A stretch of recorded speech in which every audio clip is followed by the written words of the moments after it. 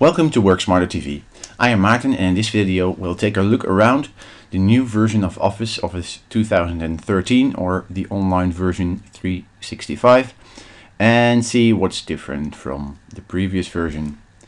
In the last video we did basically the tutorial from Microsoft about the new changes, and we've seen how you could very easily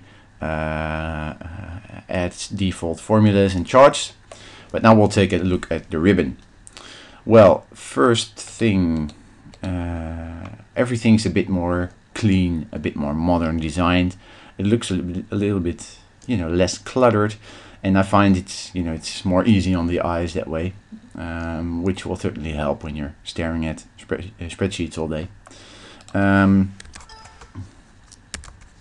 One thing I noticed, if we copy something and we have a look here at the paste special, we have a few linked picture. I didn't think that was here before, and my computer is a bit slow today, sorry about that. And a paste link option, which it was possible to do, but not as easy from the paste special menu here.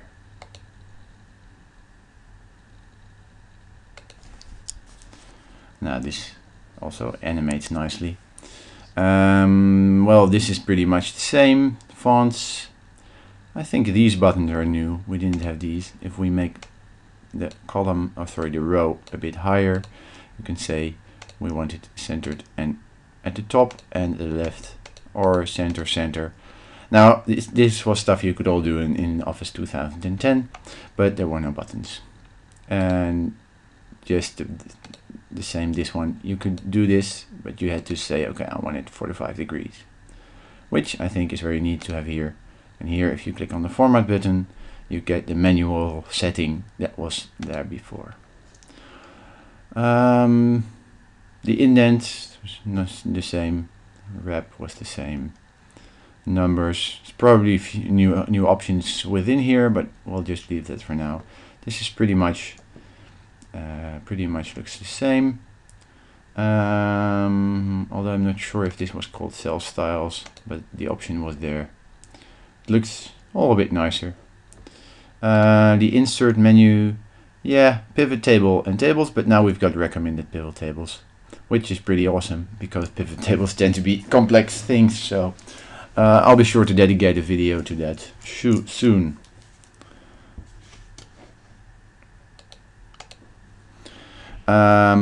We have an online pictures added now, which is pretty neat, and this is a new icon for the screenshot, and a smart art graphic and shapes. These were all options that were there. Apps for Office is new.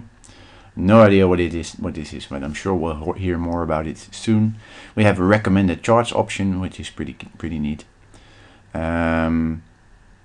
And for the rest, this is basically the same, but this one I don't think was in the previous version, which is a pivot chart. That should be just like similar as a pivot table. You can rearrange your data series and access labels in the chart, so you can easily move it around. Very neat. The spark lines are the same.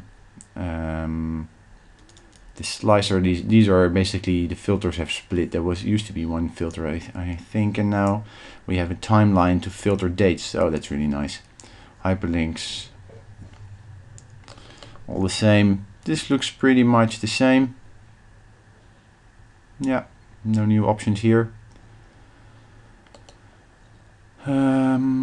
Formulas, I think I don't recognize the watch window, but I think these were all similar functions.